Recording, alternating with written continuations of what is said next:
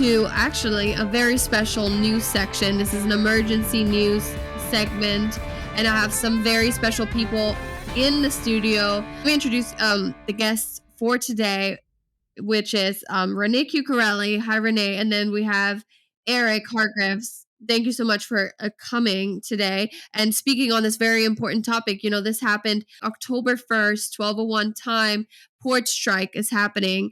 What is going on now? How are how is supply chain affected? What can you do? And where is this going to go and keep the entire industry? So let's talk about it and do what you will with this information. Take it to your boss, take it to whoever you need to take it to.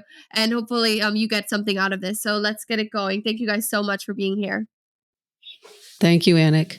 Good morning, everybody. Eric, I was thinking maybe we should just lay the foundation, the basics of the strike, like the 5 million a day and what the union offered and how many ports. Thank you for that introduction, guys. I'm happy to be here. I lead our supply chain advisory service under our manufacturing and distribution practice here at Elliott Davis, and we've been monitoring this really closely. And I think let's run through some facts and stats about what has happened to date, and then maybe give you some strategies that help you pivot going forward as this prolongs over the next few days.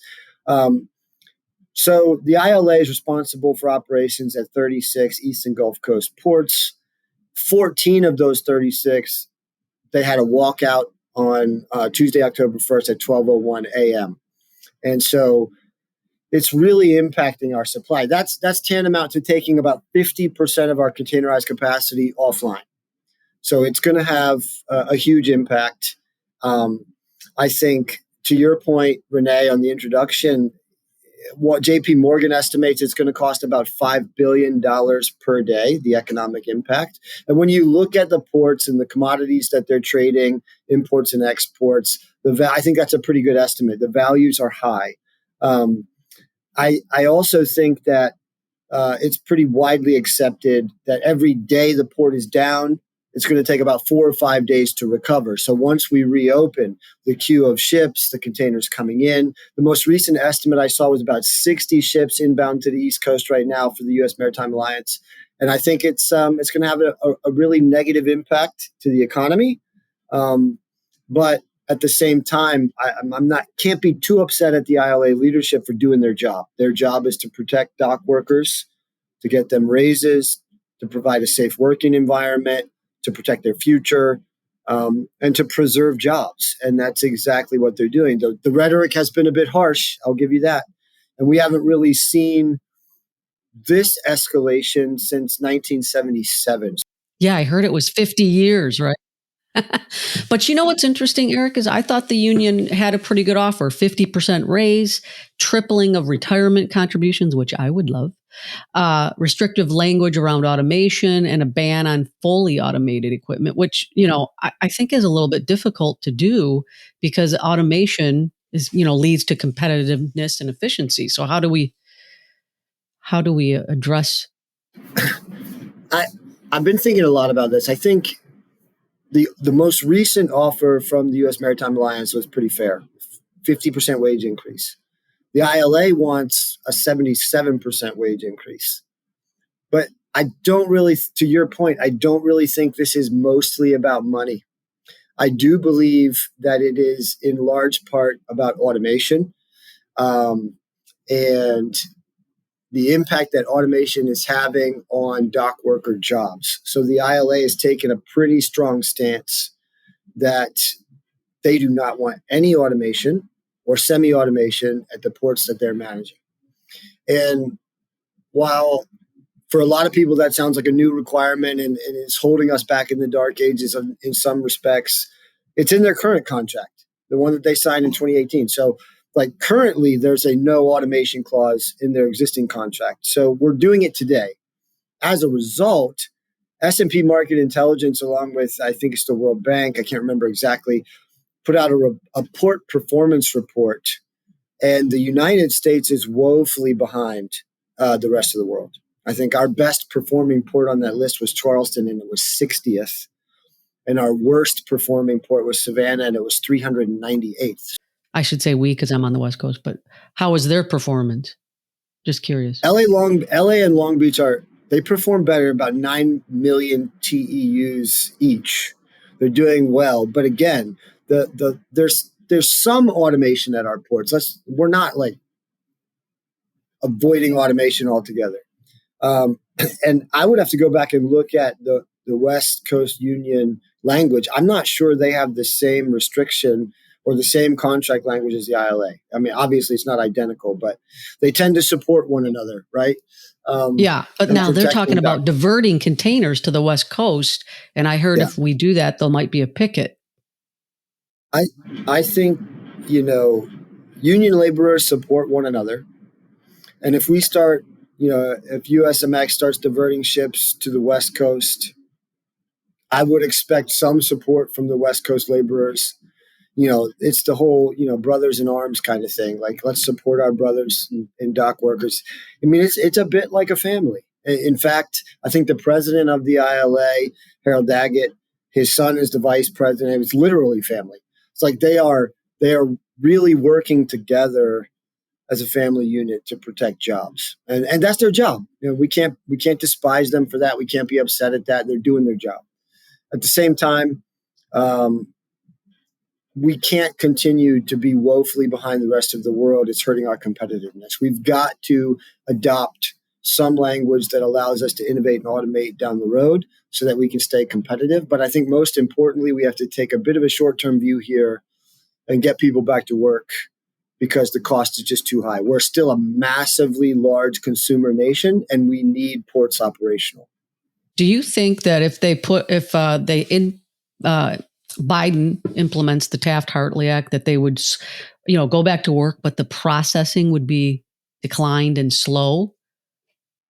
I do. I think, if they're forced to go back to work. So for those of you who don't know, that the Taft-Hartley Act enables the president to force everyone back to work for an 80-day cooling off time period where they can negotiate, maybe go through arbitration, and they can maybe get a deal done in that time period while maintaining a labor force at the ports. That labor force is not going to be exceptionally motivated because they were forced to come out of their strike, right? But at least we would be processing shipments. I'd like to see a little bit more from the White House and President Biden. He put out a fairly decent statement yesterday, encouraging both sides to get a deal done. Obviously, in support of collective bargaining. The Democratic Party has always been a big union supporter, so I think we're going to see that continue to play out. It would be a last resort for Biden to invoke Taft-Hartley. He doesn't believe in it. He said as much in an interview. So the rhetoric in the United States, the public rhetoric would have to get so loud, and the impact to the consumers would have to be so large that we couldn't help but force everybody back to work. And, with the hurricane that just came through, this is compounding the impact of not being able to get supplies in, particularly food and pharmaceuticals that have a short shelf life and operate on just-in-time inventory levels, right? You can't just stockpile fresh produce. Yes. Are they going to? I read that 75% of the bananas come in the East Coast. So get your bananas. No. And I mean, honestly, what about air freight, Eric? Can't they start? I know it's expensive and it's going to increase the per unit cost, but at some point, I think we're going to have to start the air freight market. That's a good segue to kind of moving from the facts of where we are today. We're still at an impasse. They haven't come back to the table. We're hoping that they do, to now kind of shifting towards, well, what can you do about it? Obviously, using intermodal freight is helpful, where you can switch from trucks to rails and so forth. But incorporating some air freight is definitely an option. However, I will say air freight capacity is being consumed at a much higher rate than ever in our history. These online marketplaces that allow you to shop direct from factory floor in China all the way to your customer's door is, that's gobbling up a ton of air freight capacity. Companies like Shein and Temu and Amazon Marketplace and Walmart's Marketplace, this sort of supply chain as a service offering, shipping a bunch of parcels in the belly of aircraft is is it's consuming a lot of the capacity. So if you can get capacity, it's going to be very costly, and it needs to be for the most time sensitive, high value products you can imagine. We don't want to ship, T-shirts in air freighters if we can avoid it, right? Right. I did read that the Transportation Secretary, Pete Buttigieg, called for ocean carriers to withdraw surcharges. I wonder if he would do something similar on the air freight market. Hey, that's a great idea.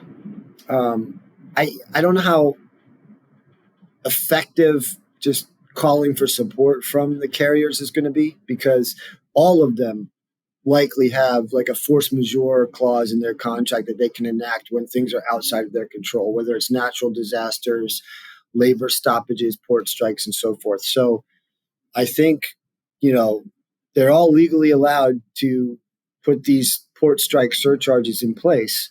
I saw some as high as $3,000 per 40-foot container, which is, that's a massive, roughly, 30% surcharge right now. Well, now's the time when you want to be in CTPAT, right? You want to be a CTPAT partner. Great point. Great.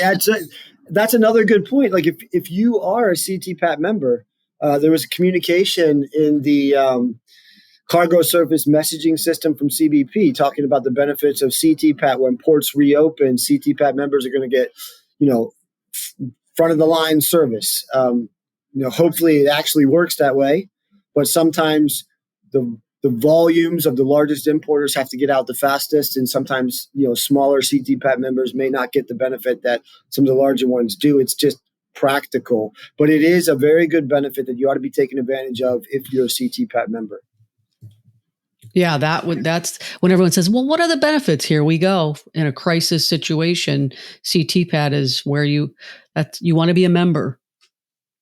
So what do you think the products, I know we're talking seafood, obviously retail, furniture, I said bananas. What do you think the most detrimental product is for us? Like you said, I guess it's pharmaceuticals maybe, or? I think it's helpful to look at like sector risk for imports versus exports, because on the export side, the East Coast is huge automotive industry. Like a lot of Southeastern companies operate on East Coast ports, and they're exporting their vehicles to Europe. So we're going to see that industry impacted greatly. They're also one of the largest importers for parts. So automotive is going to be affected. Apparel, footwear, and textiles is going to be affected. I think the AAFA released a study that said about 53% of their imports come through the East Coast, which was shocking to me. I didn't know it would be that high, but yeah, that's a lot. Yeah. So the for the export market, is it going to be an equipment issue? That's just for our listeners. So the ocean vessels are sitting out in the water, kind of like during the pandemic. LA Long Beach had 3 miles of vessels sitting there. So we start accruing vessels sitting there. Then what happens, and this is, you tell me if I'm correct, the equipment isn't available, and we obviously can't even get the stuff loaded, let alone loaded at our factory and loaded on the ships, because the ships aren't there. And so we have an import and export issue. I do think equipment will certainly become an issue. It'll be a downstream issue. Now, obviously, the most important issue right now is there are no dock workers working the docks. So, like, nothing's coming in or out. They're completely shut down. We're at a stalemate. You're having all the ships queue up in harbors. They're going to be waiting. Should I divert cargo to a Central or South American port? Should I go? Can I divert through the Panama Canal and go West Coast? They're going to look at their routing options. The longer this plays out, the more diversions we're going to probably see.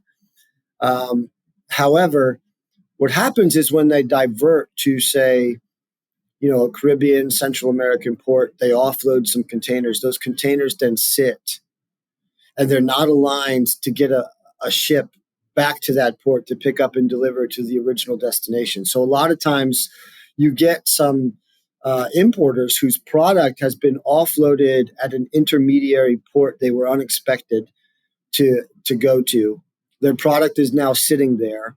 They lose good communication on their transportation and brokerage providers, and the product is stuck until they can get a ship down there to reroute the shipment to its final destination. That's going to happen a lot. And that will have like a ripple down effect where the equipment isn't where we wanted it to be on the original routing.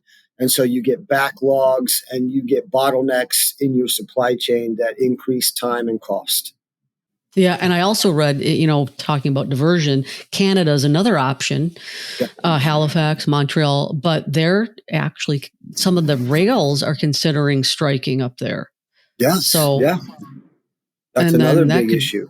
Another big issue. So diversion is going to be complicated, to say the least. So for our listeners, so we laid the foundation. What are the top 3 or 4 things, an importer, exporter should do to address this? I do think you need to be aware of diverting cargo. That's a good strategy if you can get product to the West Coast. Be wary, though, of the congestion that's going to occur.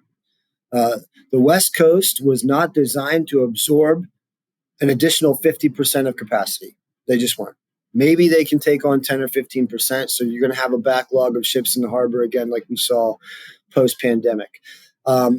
Hopefully, you had a crisis management task force that was looking at the port strike several weeks in advance. For instance, if the ocean timeliness index from Trans-Pacific eastbound to the United States is 60 days, say, then hopefully 60 days ago, you were making decisions to possibly route your cargo to the West Coast already. But also in your planning cycle of sales and operations planning, you were building in a buffer inventory position. And we did see a lot of importers get ahead of the strike. I think total import volumes in the United States are up over 10%, between 10 and 15% for this year. So people were trying to get ahead of this, and they had already gotten product into the U.S. They're trying to get ahead of it for 2 reasons: the port strike, but also the election year and all the conversation about tariffs. People are trying to get ahead of proposed increases. And I used to work for a large importer, one of the top 100 importers, and we had what we called peak season. I think our listeners probably are aware of that, but if not, we can explain. But, we used to start importing in August, September, October, everything, so that we were ready for November and December. Peak season is in full effect, right? And it came a little earlier this year because of the reasons we just talked about. But I think also you've seen a surge in differing modes of transport, lots of air freight. We've seen a lot more cross-border logistics on rail and trucking. And so we're, thankfully, I think the inventory position in the U.S. is buffered in certain product categories, and we're going to be okay. But I think another way an importer and exporter should be working through this crisis right now is banding together with your industry advocacy groups, whether it's the National Retail Federation or the AAFA or anybody that you can get significant momentum together with other importers, and petition your local officials, petition your senators, petition to ramp up the volume of rhetoric on how damaging this is to the American economy and to workers in general.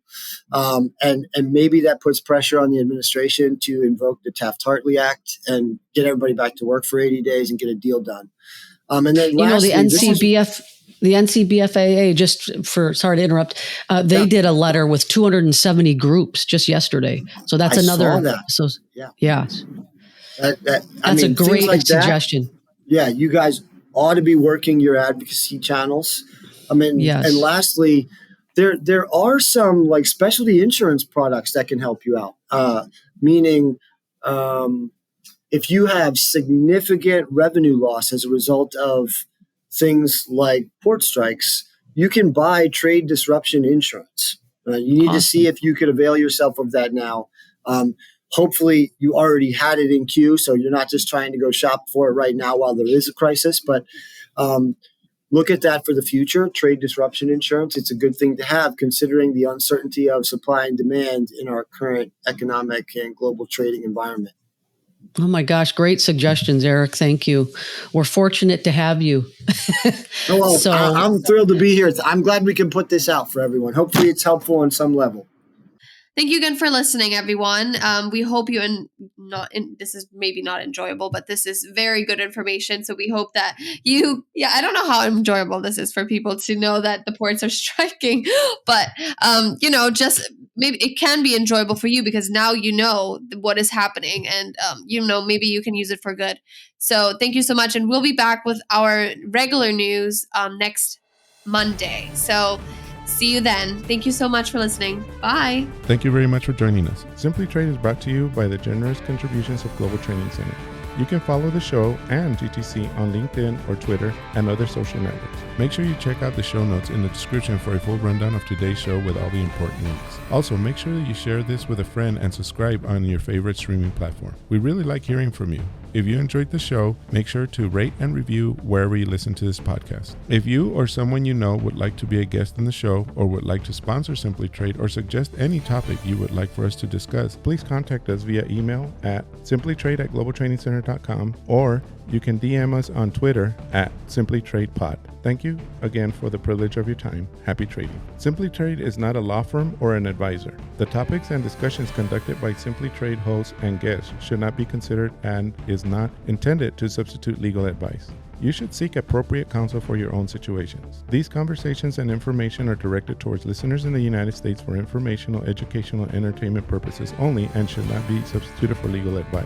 No listener or viewer of this podcast should act or refrain from acting on the basis of information on this podcast without first seeking legal advice from counsel. Information on this podcast may not be up to date depending on the time of publishing and the time of viewership. The content of this posting is provided as is. No representations are made that the content is error-free. The views expressed in or through this podcast are those of the individual speakers, not those of their respective employers or Global Training Center as a whole. All liability with respect to actions taken or not taken based on the contents of this podcast are hereby expressly disclaimed.